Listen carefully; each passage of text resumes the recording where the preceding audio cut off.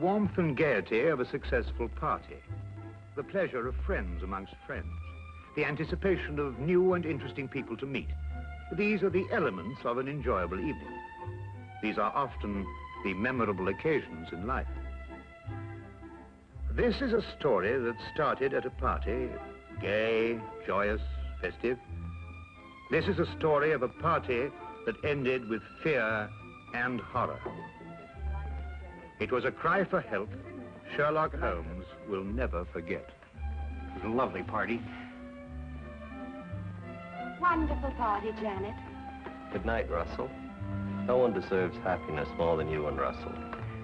Thank you, John. Good night. Wish that John were just one half as attentive as Russell. If you ever want to get rid of him, send him to me. Good night, Louisa. Good night. Good night. Oh, I love them all. But is it unkind of me to say that I'm glad we're finally alone? Not unkind at all. Just leave everything till tomorrow, Susan. Thank you, madame. Good night. Good night, my girl.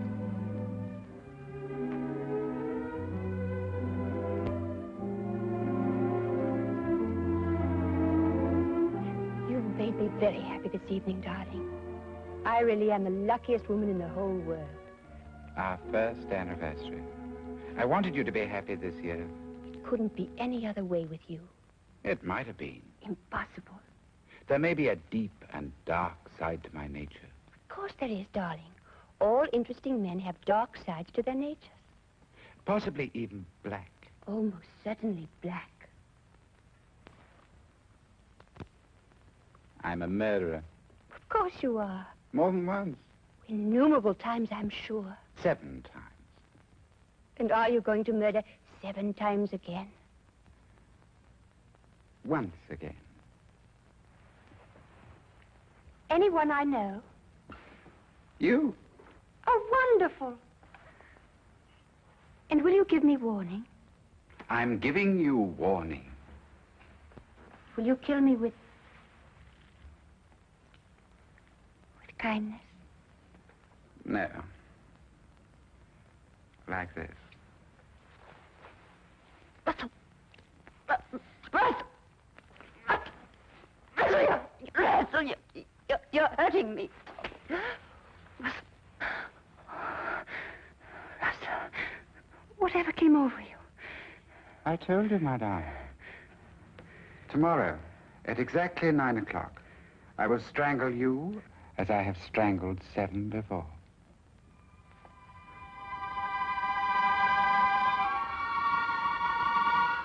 You're serious? About the art of murder, I am always serious. I've used it as it suited my convenience. Death is my only true friend. Russell, don't talk like that. You don't believe me now, my dear. But you'll think about it. You'll come to know and to fear. Then you'll fly to the police and tell them what has happened. They may believe you, they may not. And tomorrow, at exactly 9 o'clock, I will kill you.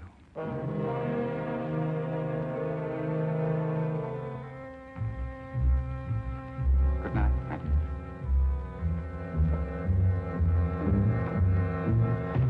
Oh, yes. Happy anniversary, my dear.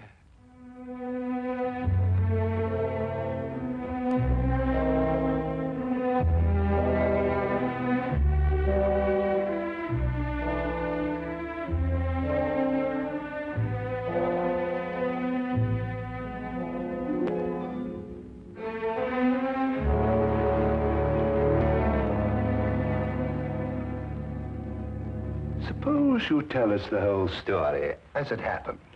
It might be easier that way. Of course. I'm Mrs. Russell Partridge. Your husband's the art collector? That's right. Oh, he's a wonderful man, your husband. I first had the pleasure of meeting him when we were guarding the French collection that came over. He's a wonderful man.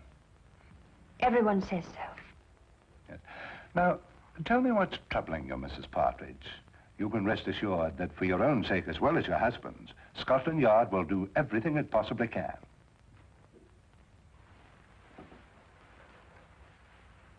It was nothing. Nothing? I was mistaken. I can see it now. Probably the result of too much party last night and an overactive imagination. Well, perhaps you care to tell me about it anyway. It may help to dispel any doubts you have. It isn't necessary, really. I'm sorry to have taken so much of your time, Inspector. I'm sure you're a very busy man. Mrs. Partridge, I'm very pleased to hear you feel this way now. What do you mean? Your husband told me of the incident last night. He was afraid you wouldn't be able to overcome the delusion. My husband told you? Yes, he was here this morning. What did he tell you? Only that you were suddenly overcome by the idea that he intended to harm you. You're over that now, I see. My husband told you that? May I say, Mrs. Partridge, that in my experience here at Scotland Yard, I've met many people who thought for a short time that they were being persecuted. But it passes. Your husband will help you, I'm sure. I'm sure. Thank you, Inspector.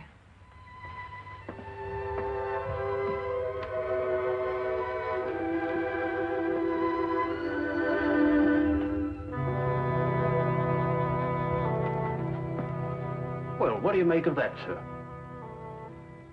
Follow, Wilkins. Very good, sir.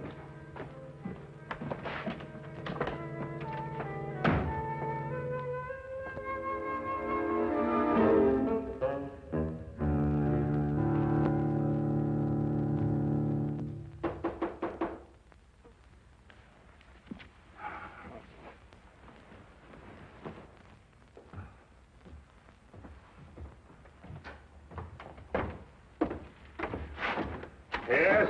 Oh. Is this the flat of Mr. Sherlock Holmes? Yes, Mr. Holmes has just gone downstairs to look for darkness. Won't you please come in? Thank you. Oh, please excuse me. Would you like to sit over here? There. Would you care for anything? I have some fresh tea made. No, thank you. You say Mr. Holmes will be right back. Oh, yes. Oh, forgive me. I'm Dr. Watson. How do you do? I'm Mrs. Russell Partridge.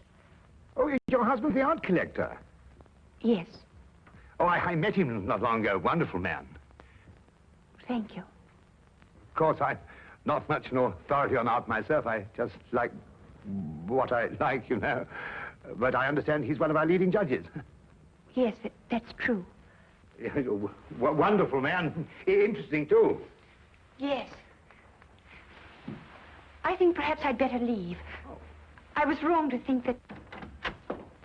What a beautiful day, Watson. Perfectly exquisite. We really must make an effort to get out and about more often and see the beauties that I beg your pardon, madam. I didn't realize we had a guest. May I present Mr. Holmes? This is Mrs. Russell Partridge. Do forgive the exuberance of my entrance, madam. I'm delighted to meet you. Won't you sit down? I think that I realize the situation is a delicate one. How do you know?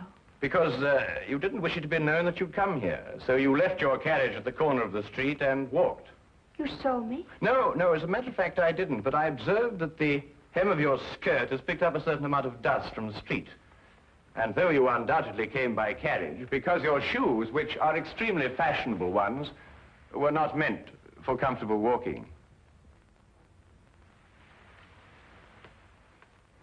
Mr. Holmes, I need your help. In what way, Mrs. Partridge? I believe my husband is going to kill me. Russell Partridge? Why do you believe this, Mrs. Partridge? He told me he would, last night. Why, that's impossible. I had the same reaction at first, Dr. Watson. It couldn't be true. Not by Russell. As everyone tells me, he's such a wonderful man. And when did he say he was going to do this? Tonight, at 9. And then he said something impossible, Mr. Holmes.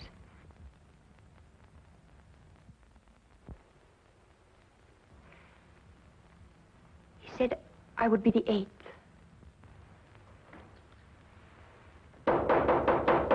Excuse me.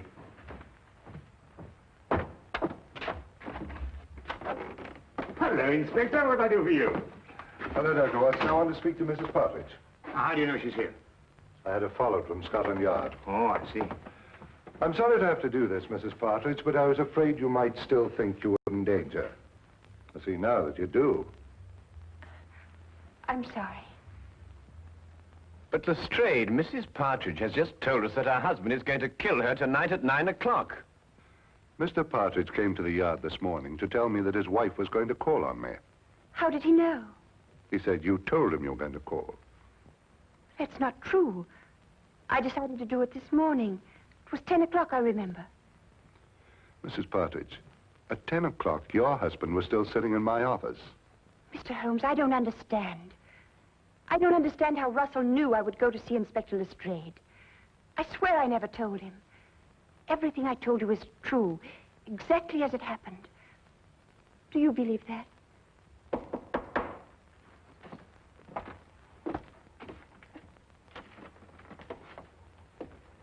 Excuse me. My name is Partridge.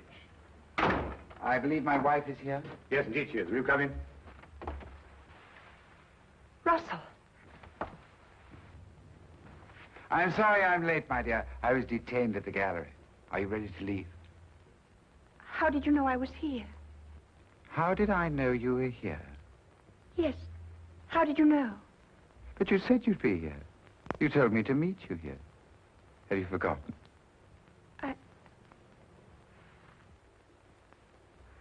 I must have forgotten. Excuse me. Forgive me for interrupting you, gentlemen, and thank you for any consideration you may have shown my wife. Good day. Good day.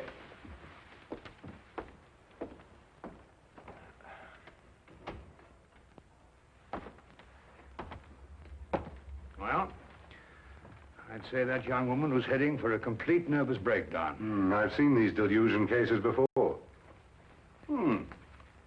A very interesting man, and a very distinctive one. When I went down to the tobacconist, I wondered why he was standing at the corner of the street, watching this flat so intently. And now I think I know why. Yes, indeed, a very, very interesting man.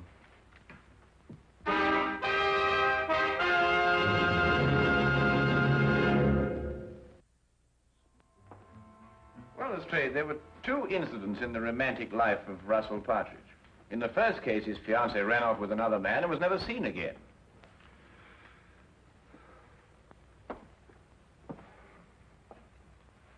She ran off with an American, didn't she? Was this confirmed or assumed, Lestrade? Well, I don't know. And in the other case, he was left at the altar, I believe the expression is. Yes, that's right. Was that girl ever heard of again? She ran off with a South American, I believe. But really, Holmes, it just isn't logical. If Russell Partridge really intends to kill his wife, he's not going to tell her about it first. That'd be putting a rope round his neck. Would it be? Do either of you really believe that? It isn't logical, Holmes. It isn't usual, Lestrade. But this man is just amusing himself. He's an insane fanatic. And unless you get a warrant out for his arrest, I, for one, won't be responsible. Now, look here, Holmes. I can't ask for a search warrant every time a man's left at the altar. What would you be looking for anyway? The evidence of the 7 other murders he told his wife he'd committed. Holmes, you must understand it. Well... Or the 8th will be on your hands.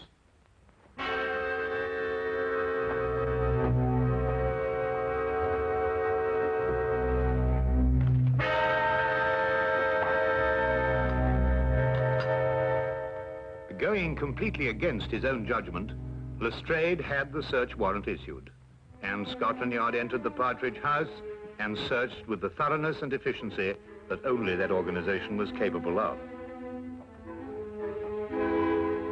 From basement to attic, no wall, no object was left without meticulous examination. Holmes directed the entire investigation. I have never seen him so intense, so insistent, and at the end, so completely frustrated. If Partridge was the criminal Holmes believed, there was no question he had won.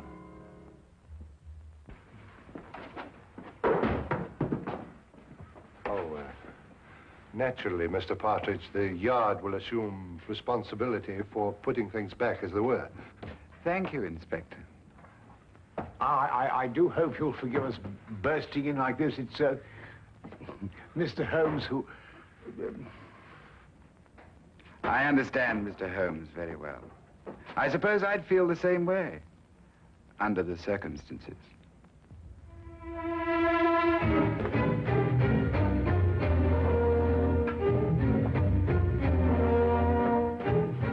What time is it, Watson?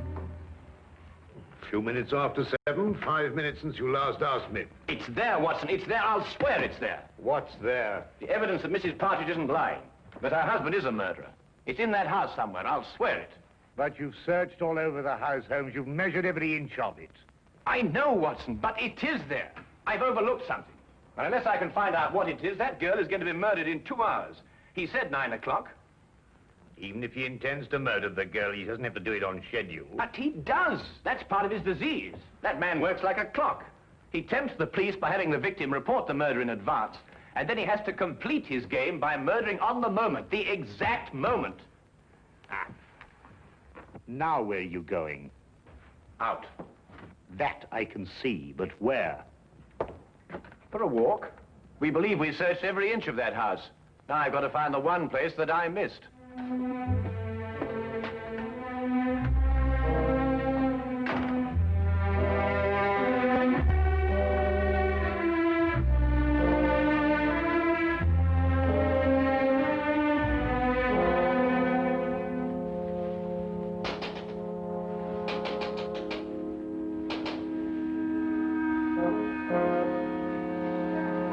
Mr. Holmes. Good evening, Mrs. Partridge. I realize the entrance is somewhat unconventional, but then so are the circumstances. I believe I made the climb unseen. What are you doing here? I want to prevent you from doing this. I can't stay here. You must. If I stay here, kill me. Mrs. Partridge, I know your life is in danger, but if you leave here, I can't guarantee your safety. If you stay and help me, we may yet have a chance. A chance? Yes. It's my theory that your husband will try to... Janet!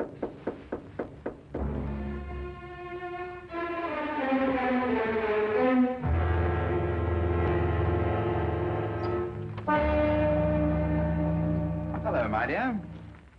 You were so quiet up here, I thought perhaps something was wrong. Are you planning a trip? No. Going out, perhaps? I was. But then I changed my mind. Why did you change your mind? Because I think you're lying. You're insane, Russell. But I don't believe you're dangerous. I shall stay here tonight and leave in the morning. I'm glad you feel like that, Janet. It shows you have great strength of character. Where did you kill your other 7 victims? Here, in this house. How did you dispose of their bodies? The bodies are still here. But the police searched the house. I know. I watched them. Very efficient. Especially with Mr. Holmes to guide them. A very clever man, Mr. Holmes. It was a tremendous temptation not to tell him where to look. It's 8:45. You have 15 minutes. Why don't you run away?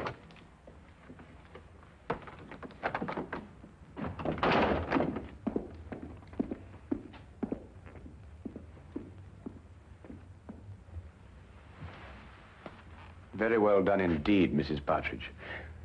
I must apologize for the oversight. What do we do now? Now we wait.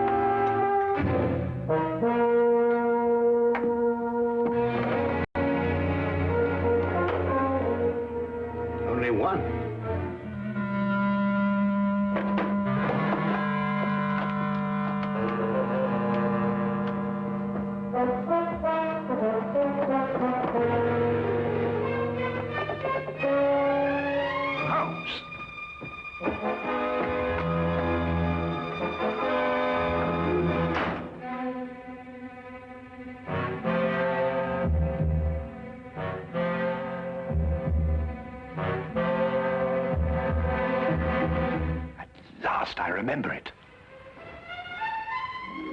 What is it, Mr. Holmes? The one place I forgot to look. I get to step outside now, and I want you to count up to 10, go to the head of the stairs, and then start slowly down. Will you do that for me?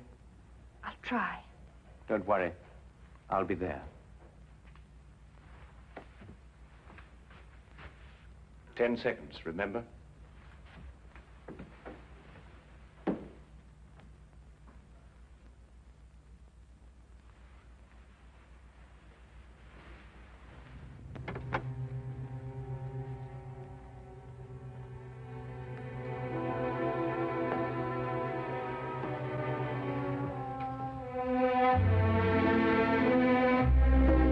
I admire your courage, Janet. Aren't you afraid? No. I don't believe you. I think you are afraid. No, I'm not. The others were afraid. Don't take that last step. How did you get in? The important thing is that I'm here, and that your wife is safe. And because of your premature revelation of yourself, so am I. I'm sure it is not against the law of England to walk up the stairs in one's own house. Besides, my wife is completely unharmed. And the other 7, Mr. Partridge? What other 7, Mr. Holmes? You searched this afternoon. The other 7 exist in my poor wife's sick imagination. Yes, and in mine, too. I know where they are now. Really?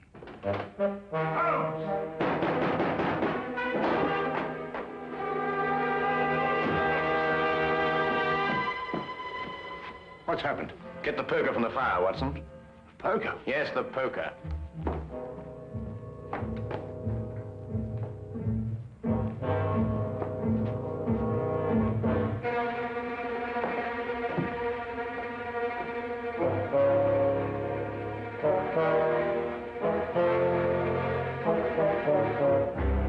I imagine there is a way of opening your unique coffin, Mr. Partridge. And if not, Dr. Watson here is more than capable of breaking it open.